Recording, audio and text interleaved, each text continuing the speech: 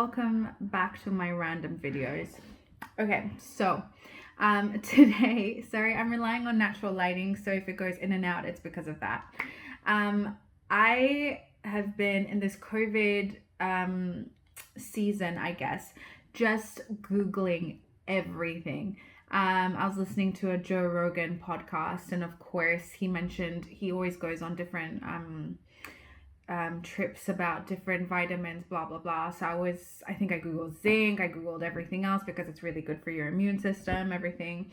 And then I started getting in that mood of just googling random things, and I was like, okay, while I was online shopping and spending money that I shouldn't have been spending, buying the things that I needed to get because COVID got me stressed, as it did for all of us. And I got breakouts, and I was like, traveling to Australia, I had to switch up all my different skincare brands that I usually get in Kenya. So it's hard because I'm like, what do I use here? So Dr. Google, as they say, I went on there and I was like, okay, blah, blah, blah, need to get this stuff, moisturizer, toner, face wash. But then I was like, ask myself, okay, why do I use the things that I use? Like, what do they really help me with? And why don't I know this? And I'm sorry, I'm not ashamed to say I did not know what face toner really did. I just knew it used to remove dirt. I never really questioned, when your mom just tells you as you're growing up and you just used to watch her, she'd like face wash, toner, moisturizer, and you're like, done, done, done. And you kind of just go through that all your life, but you don't really know. Of course, as the older you get, you start to add serums and you're like, I need to get anti-aging, everything. So I was like, okay, let me start with one thing. Why do I use toner? I never used to like it. It used to be really strong on my face. I remember it just smelling like alcohol. I was like, maybe it's just to remove all the dirt, in my face, and it make me really dry. But of course, as like the beauty, industry has grown, a lot of different things and products have changed. So everything is now more, I guess they're more aware that they need to make different products for hydration and different things instead of just stripping your skin of what it needs. So again, like, girl, if you already knew what toner is and what it does, amazing. Please, like, watch this for fun or skip. But for all of those like me who did not know or have any idea why we use toner, girl, we're here. Let's do this. So I googled. I was like, hey, what's up? What is toner? What does it do? Google gave me a bunch of different websites. I picked the top 5, and it's basically the same gist. Like, one of them from Women's Health says facial toner is basically the in-between skincare step. Girl, we knew that. Okay. It's meant to be used after washing your face, but before using your serum or moisturizer. Cool, knew that too.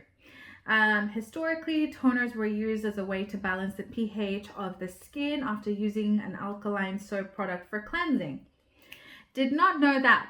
I did not know it was for the sole purpose of bringing your pH, like, not sole purpose, but that was one of its ways, is balancing your pH levels of your face. Like, if you use an acidic cleanser, not even knowing that it's acidic, or something that has changed the pH balance of your face, the toner is meant to bring it right back before you then add your moisturizer and seal everything into your face. So I did not know this.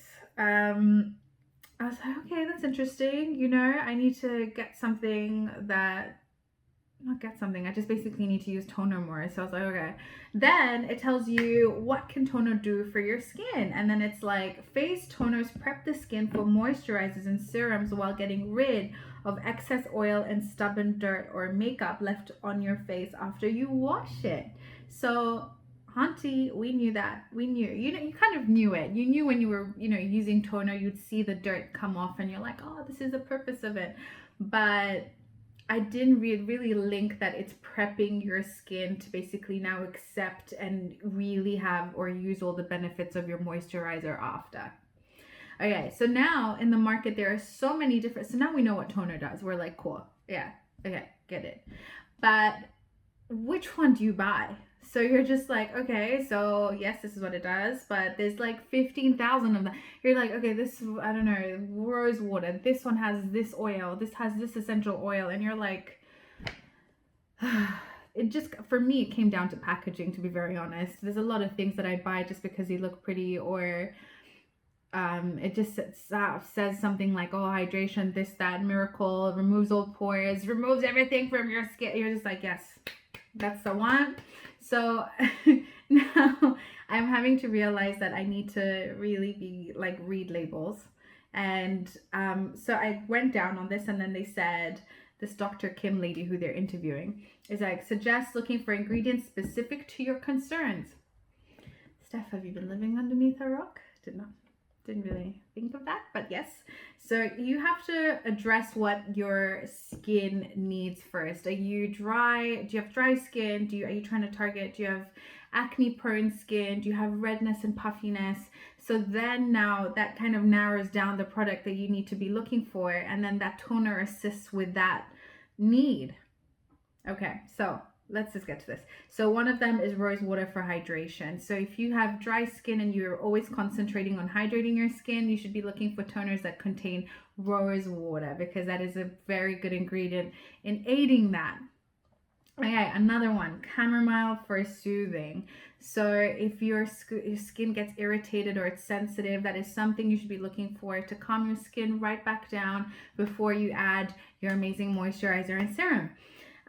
Tea tree oil to fight oil and bacteria. So I would assume that's something, you know, people need to be looking for if they're acne prone.